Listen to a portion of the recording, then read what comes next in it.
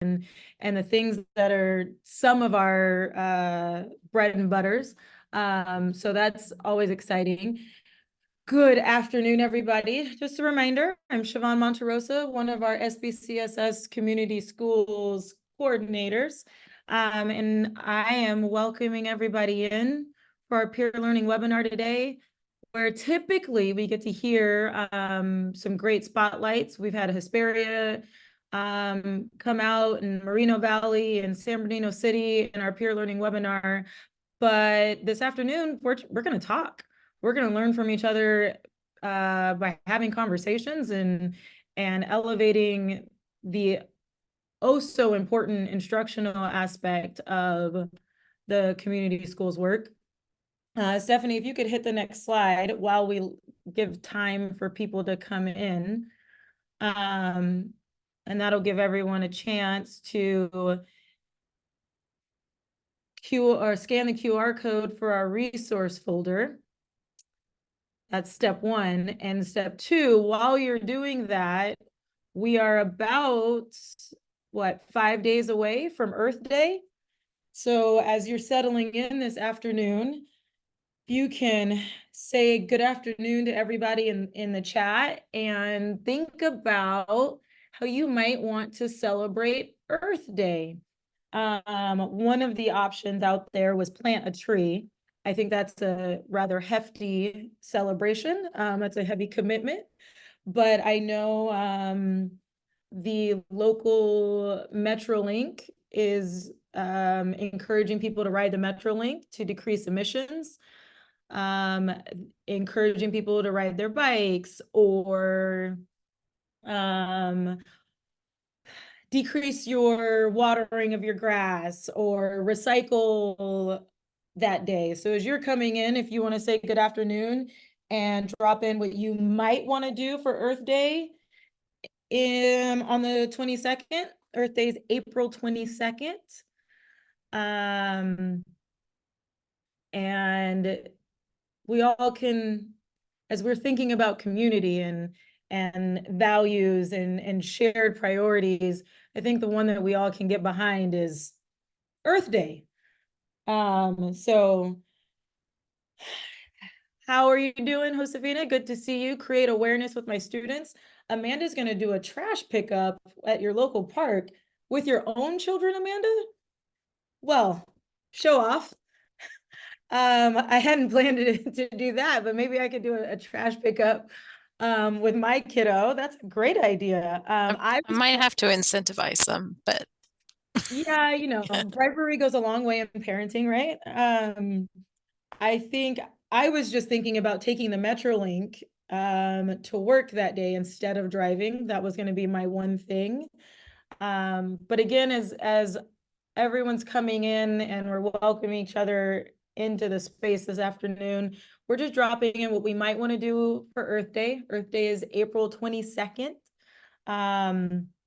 It's actually the same day every year. And it was decided on by a group of people, one being a Harvard graduate student at the time. And April 22nd was the day that was chosen because there wouldn't be midterms and they would not be on spring break. So it's not a particularly special day, but it was chosen intentionally. Again, just Earth Day coming up, and I love the concept of creating awareness because that's what it's all about, is taking care of our Earth, and that shared value of care and health for our Earth. So again, just drop in the chat. Resource link has been dropped in. Thank you, Stephanie. And we've got a couple other people joining us, some familiar faces coming in, and we're going to give, it's 3:05, and we can go to the next slide, Stephanie, and I'll drop the resource link in one more time since we're going to move away from that QR code, and we'll just review the agenda really quick before we have a brief conversation with each other to get it all settled in. Angie's gonna have a cleanup day with my PALS group. Angie, could you unmute and give me the acronym for PALS? Yeah, the peer assisted leadership. Got it. So we've been trained, and I have my group up and running. We did a Saturday workshop. We have a field trip set up for next week. So this is a good opportunity to do some service work. We're hoping to go out and be the immediate neighborhood and clean up, and then our campus, of course, make it nice and clean. So That's a great plan. Thank you. Thank you for Mhm. jumping in. And sharing that acronym for me. You know, all the educational alphabet soup, sometimes I forget them. We're gonna have a couple other opportunities to sit and chat in about classroom and the community schools framework. I'm gonna go through a quick overview of places where we see the community schools framework touch on classroom and instruction. And while there will be a lot of content on the slides, we're not going to lean into that content. It's there mainly as a resource to drive our conversations when we get to the breakout rooms. And then from the breakout rooms, we want to come back in and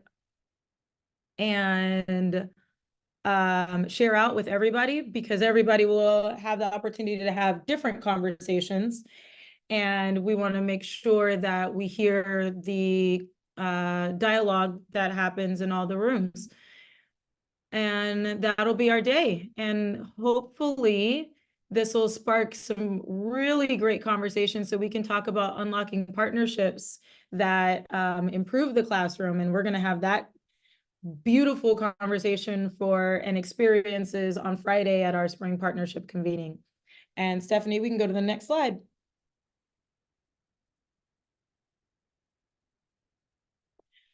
So for our first breakout room, we're going to hop out into pairs.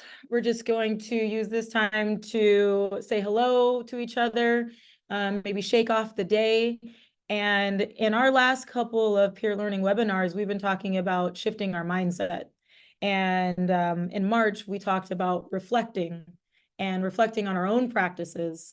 But as we want to talk about the classroom today, today's a day where we can do an institutional reflection, a whole organization, a whole school system reflection, as we are working through the process of developing community schools and developing partnerships to create these hubs that service our communities and uplift assets. Why do we need school improvement in the first place? So instead of our why shifting on ourselves and being a personal reflection today, let's look at the whole system. Let's consider why we are even embarking on this journey of community schools. So our partner in crime, Stephanie Mahi, in the background, is just going to put us in partners, just two people. Say hello, share your name, your position, and your role in community schools with your organization, and have a quick conversation, about 5 minutes, about why do we even need a school improvement plan? Okay, so it's 3:09. Stephanie, we can go ahead and send our participants out into breakout rooms of 2. And we'll have about a 5-minute conversation, and then we'll chat on the other side.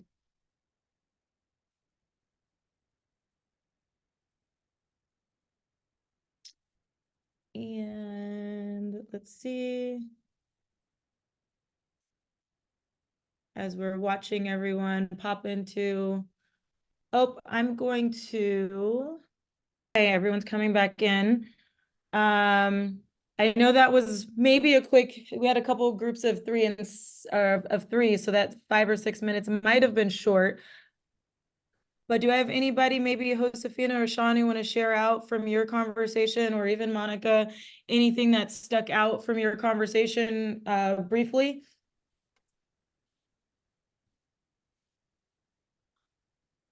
Well, we shared how school just needs improvement on a daily, and the needs that our students may have today may not be the same tomorrow. So we're constantly shifting.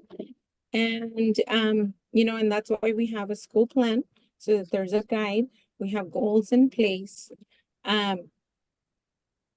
to help us with that improvement. Josefina, I love that the daily piece, because it elevates the relevancy of it, right?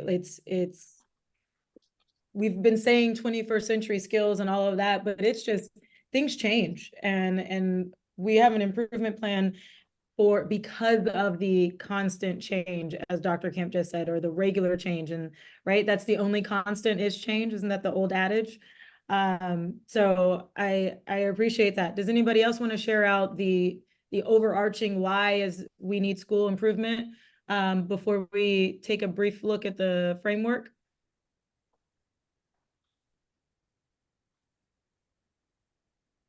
We were just talking about a lot of the struggles that our students, our families, our staff have. Staff are overworked and burnt out. And so having that negative lens when approaching situations is very easy to do, but in the long run, it just hurts us more. So we can always improve. Yeah. And even I love, Melissa, it's good to see you. It's I love that idea, because it's maybe we need to improve to lessen some of those burdens, right? Or to approach them in a different way so that we don't have the staff burnout. I appreciate that that outlook a lot. So let's keep that at the forefront of our conversations around community schools in the classroom. Because what we don't want it to sound like it's a deficit, and that there's something that we're doing that's terrible, right? We all have room to grow. We're meeting the needs of our students. We're unloading the burden that's on top of the adults in the room. The goal is to be healthier so that everybody can access the learning and be successful. So let's keep that at the forefront as we talk about community schools in the classroom today. Stephanie, let's go to the next slide. So we're going to look at community schools in the classroom from multiple parts of the framework. And the first one being the reframed capacity building strategy entitled Centering Community-Based Learning. And this is the heart of the community schools, right? It is building on rich, diverse cultural, linguistic backgrounds of students, families, and educators. It's centering who's at school, who's in our community, and bringing that into the classroom, and enriching our classroom, and enriching our instruction, and enriching the way we do things, the way we connect with students, the way we establish this community and sense of belonging based on who is there. And there's a lot of different ways to do that. And one of our capacity building strategies in implementing community schools is to put whoever we're working with, whoever we're serving at the heart of the work. Right? So this is the first way, or the first step, that the framework addresses community schools, or sorry, addresses the classroom. Next slide, because we're going to fly through. The pillar. So we all are familiar with our 4 pillars, and the pillar that most directly addresses the classroom is extended learning time and opportunities. And while a lot of the bulk of this pillar has to do with before and after school, but the framework really says that it includes before and after school hours and learning supports during school hours. So we really want to look at this pillar as anytime we have kids on campus, we want to elevate the real world opportunities, and we want to enrich that academic time and that support. So it could be before school, after school, during the day. How do we enrich that? How do we expand it? How do we extend it? And there's a lot of ways that we can interpret and implement, expand, extend before, after, during school support. There's a lot of ways that can be interpreted and implemented on a school site. Next slide, Stephanie. The framework, the community schools framework, specifically in one of our 4x4s, right? We have the 4 key conditions of learning. And 2 of them are on the screen. In the next slide, we'll have 2. But fostering relationships is the core of that first bullet. Productive instructional strategies is at the heart of the second one. And next slide, Stephanie. Social and emotional learning is the third bullet. And the fourth bullet is a multi-tiered system of academic, health, social supports that provide personalized resources within and beyond the classroom. So these 4 conditions of learning, the framework says this is what we have to have inside our classrooms before we can even start talking about the extended and expanded learning, and that this is the core of community schools instruction. And so we're going through these quickly because you have the slide deck as a resource. Stephanie's dropped it in the chat, and we'll drop it in one more time. The Community Schools Framework is in there as a resource. Dr. Kemp has dropped the flip book in also as a resource, so that when we have these conversations in the breakout rooms in a few minutes, you have this information that you can access and pull from as you're thinking about and idealizing and brainstorming the community schools in the classroom piece. Next slide, Stephanie. One of the 4 cornerstone commitments, a commitment to powerful, culturally proficient, and relevant instruction. This is a piece of what Josefina said. It's the relevancy of the community that's being served. It's the relevancy of the time. Is it relevant in terms of where we are geographically? Is it relevant in terms of who is in the classroom, that it interests our students? Does it represent the student that's in the classroom? Do our students who are in the classroom see themselves, and can they connect with the curriculum and that we've brought into the classroom? And I say we as in the educators. Have we considered the history and the knowledge and the wisdom that comes from our whole community through that asset-based lens? And have we made that at the center of the classroom, the way our capacity building strategy calls for? And the framework says that we're going to commit to doing this. So when we set out on this journey, we're committing to powerful, culturally proficient, and relevant instruction. So as we do our needs and assets assessments, we're learning the culture of our immediate community. We're learning who is in our school community, but also the surrounding neighborhood and the community that's serving our school community. Next slide, Stephanie. And it's one of the other 4 cornerstone commitments, and that's a commitment to shared decision-making and participatory practices. And this may not seem like a direct connection to the classroom, but those who are in the classroom, our teachers, our paraeducators, our students, our parent volunteers, or family volunteers, our administrators, all of those people are a part of the shared decision-making groups. All those people have to be a part of that. So when we're stepping back and we're thinking about what does community schools look like in the classroom, it does look like partnership. And it's those partnerships that elevate the community. It's those partnerships that help us center the community. It's those partnerships that help us have culturally relevant instruction, right? So we want to make sure that when we're talking about community schools in the classroom, that we're talking about all of the partners having shared voice and decision-making practices and participation.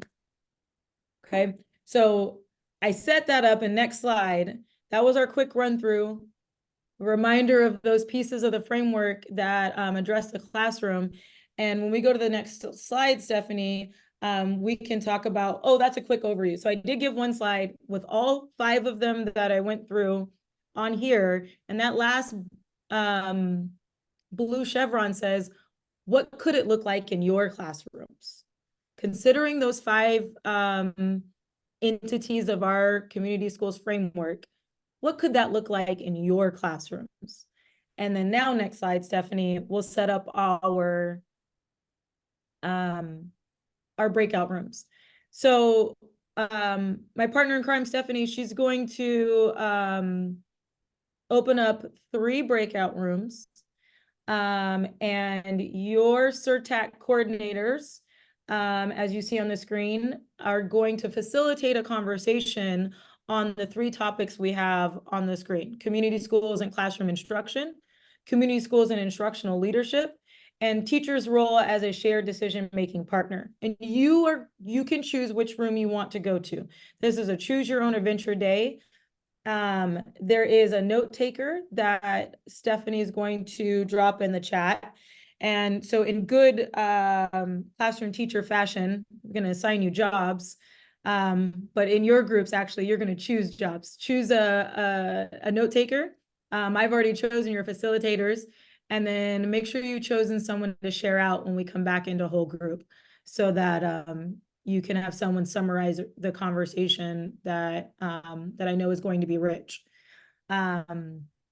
So in about 30 seconds, we'll ask Stephanie to open the 3 rooms. And again, you can choose. Considering the framework that we just had a speedy review of, you have access to all the frameworks. Let's go have some rich conversations about what community schools can look like in the classroom, and keep in mind the partnership piece, because that's going to set up a great opening to our convening on Friday, where we're going to have a conversation and experience about unlocking the power of partnerships. So Stephanie's going to open the breakout rooms right about now. You choose if you're going to go to room 1, 2, or 3. Breakout rooms correspond with the room numbers. So go to room 1 if you want to talk classroom instruction in community schools. Go ahead and open breakout rooms and go to room 2 if you want to talk about instructional leadership. And room 3 if you want to talk about shared partnership. Conversation was going and I was looking at time, I just was like, wait, Stephanie, keep them in a little bit longer. And then it spiraled. I'm hoping you all had good conversation. I'm sorry about the note taker. I got it edited, updated so that you could edit. If there's a couple of notes you want to drop in there, that would be great. I was also a bad facilitator. I didn't pick anyone to share out, but I'm going to open it up to the 2 who are in our room. But from room 1, does anybody want to share out, or did you choose anybody to share out to the whole group? Gabriella, do you mind sharing out since you have the notes and you were in the mid-thought of talking to? That's okay. I know, got caught midway. So I went ahead and copied the notes that I actually made a copy of it, and now it's there so everybody can see it if you want to look at it. But there were some really good conversations on how community schools aligns with in the classroom. And some of the things that our participants and attendees said was basically educating staff on meeting the whole child needs, right? With initiatives and things like restorative practices, bringing in that restorative piece into the classroom, trauma for practices, cultural competencies, and just making sure that not are they just that are just classroom initiatives, but really is aligned with the community schools framework from the district level, bringing down to the classroom to making sure that not just one teacher's doing it, but it's across campus. Also providing surveys to their students to find out what needs that they have, not only for the students, but the families in the community. Some of the things that came out of that was cultural relevancy and helping students really redefine who they are are figuring out how they fit in, especially kids who are struggling, our EL students, our population of students who come in not having the language and figuring out how they fit on school campus. So some of the things came in on that. Also, just providing systems of supports for the students and families with identity acceptance, culture acceptance, promoting student engagement by really taking that incentive attendance too hard and providing incentives for attendance, meeting the kids at the door, meeting the families when they come on campus with a smile, regardless of what time they arrive, letting them know that they provide resources for them and educating them on the importance of attendance, the resources that they have. And one last thing was an example given on really not just honoring culture, but also educating our families on the importance of safety on our campus. And attendance was one example on the eclipse when it happened, how one particular school site out of 360 students had 100 that were absent that day, and honoring those cultures, but at the same time educating our parents on, please send your kids. Yes, we honor your culture, but it is going to be safe on campus, and working together with families and partnering, really creating that community school essence so that attendance is by students and they don't miss academics on things that even though they are culturally sensitive to, and we honor that, educating them so they can come to campus and learn. In a nutshell, hope I captured it all. It sounded very You thorough. did. That was amazing. Room 2, instructional leadership. So Any- I was a note taker because we couldn't access the form, but no worries, no worries. I did add the notes in for us, but we had a really good discussion. I think one of my biggest takeaways was just really educating, communicating to our teachers that this is not adding to their plates, but rather helping them for, again, better student outcomes. So it's almost a value added. It is a strategy, not a place on campus. I love that. That was something that really hit me. It's not happening in a place, right? It's happening throughout the day. It's happening before the bell, after the bell, all the spaces in between. And then just really, Whitney said it beautifully. So if I botch it, Whitney, I'm sorry, but really helping change adult mindset. That's where the work is really at, is in the adult mindset.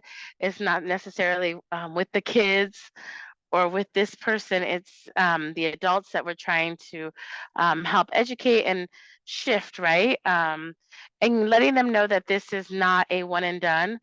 This is how we're transforming schools. This is what the new norm will be moving forward. There were suggestions about really identifying your early adopters and making them your ambassadors and your champions as you move forward, especially with professional development and that instructional leadership piece. And then lastly, we just talked about how it's important that as PD is developed and the instructional leadership skills, that it's not falling just on a coordinator or the coordinator team, but rather it's that shared leadership, right? So everybody's part of the PD plan, administrators, coaches, everybody. So that way, it's not resting solely on one person. So a team, I think I captured that. Yes, Whitney? Okay. And back to you, Ms. Siobhan. I want to see, Sean, if I can ask you to share, because that mindset shift is a great transition to how our conversation got cut off, just around the barrier being, this is how we always done it. Would you mind closing us out on what we were talking about regarding teachers and making their voice actionable?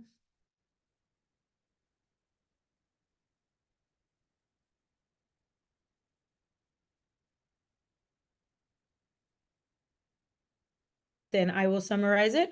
In the conversation with Amanda and I, it really along the same lines was around the same way we ask for students to have voice and agency in the classroom, we have to give that to our teachers, as they are a part of the decision-making partnership. And then when we have that voice, we put it into place. And Anne Marie in our room shared that she uses her needs in, or has used her needs and assets assessment and surveys in the work that they're doing right now to do exactly that. So there's, as she is a teacher on special assignment leading the community schools work for her site, she shared that it's not just her decisions, right? She's taking that shared voice and using that information to make collective decisions. So it really is about not faking the funk, if you will. It's actually getting people at the table and doing something with the voice that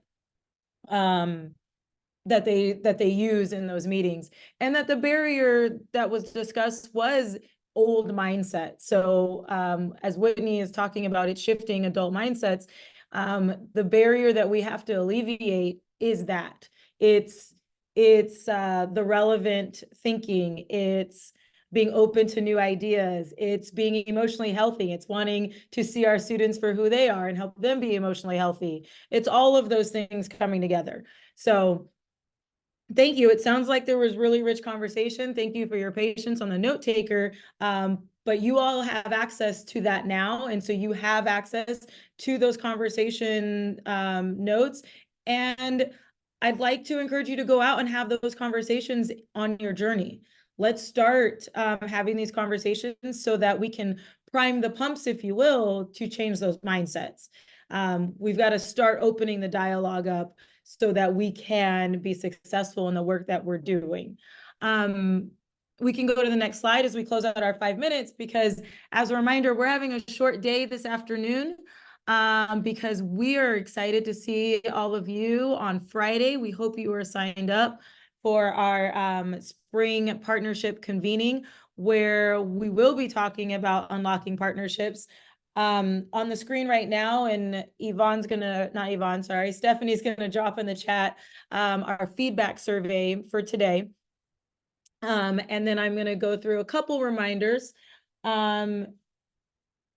as I want to make sure that link gets in the chat before we move on, because the QR code's also there. You can scan that right now for feedback. And then the feedback survey is here, so we can go to the next slide. Our convening is tomorrow. Yvonne, anything that we should know that I haven't shared about the convening so far? Well, it's on Friday.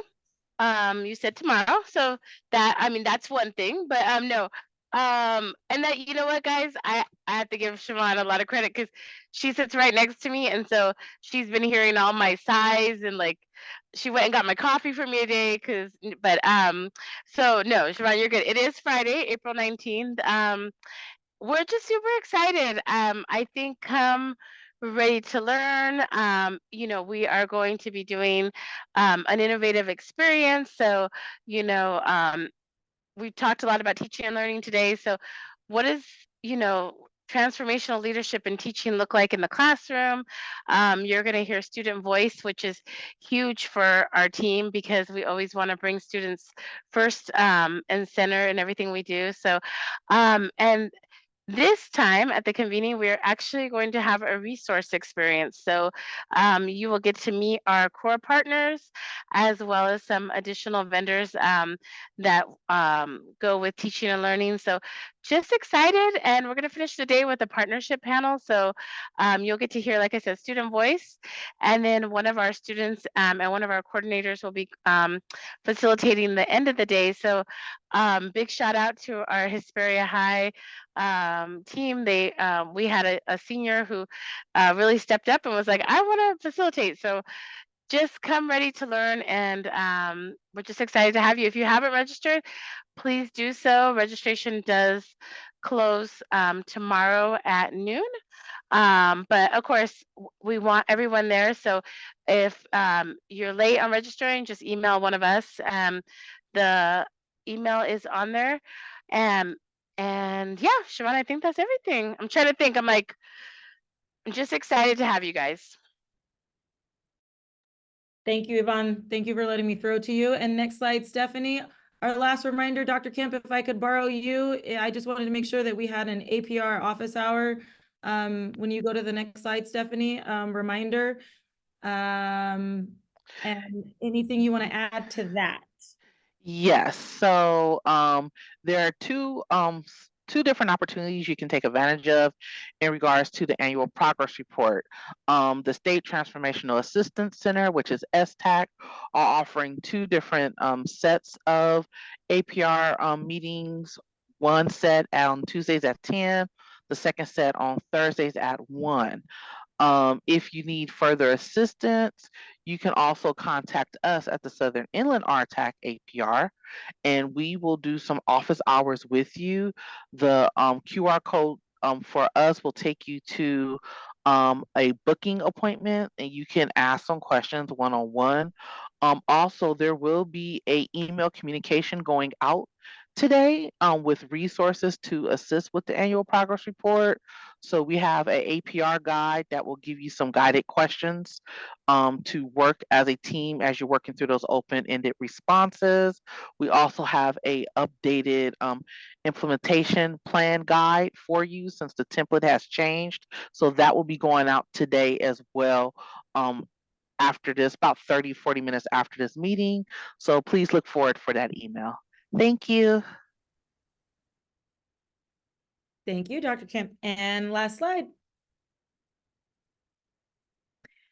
Our team is here to support anything that you all need. We are excited to see you on Friday, not tomorrow. If we don't go to Gardner Holt tomorrow, we will see you Friday morning at Gardner Holt.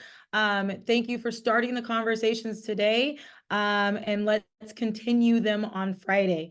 It was nice to see you all in breakout rooms and to get to have conversations with you all. Hold on to those notes and continue your community schools journey with those conversations and those notes. That's the end of our day. Have a good afternoon, everybody. We're here if you need anything.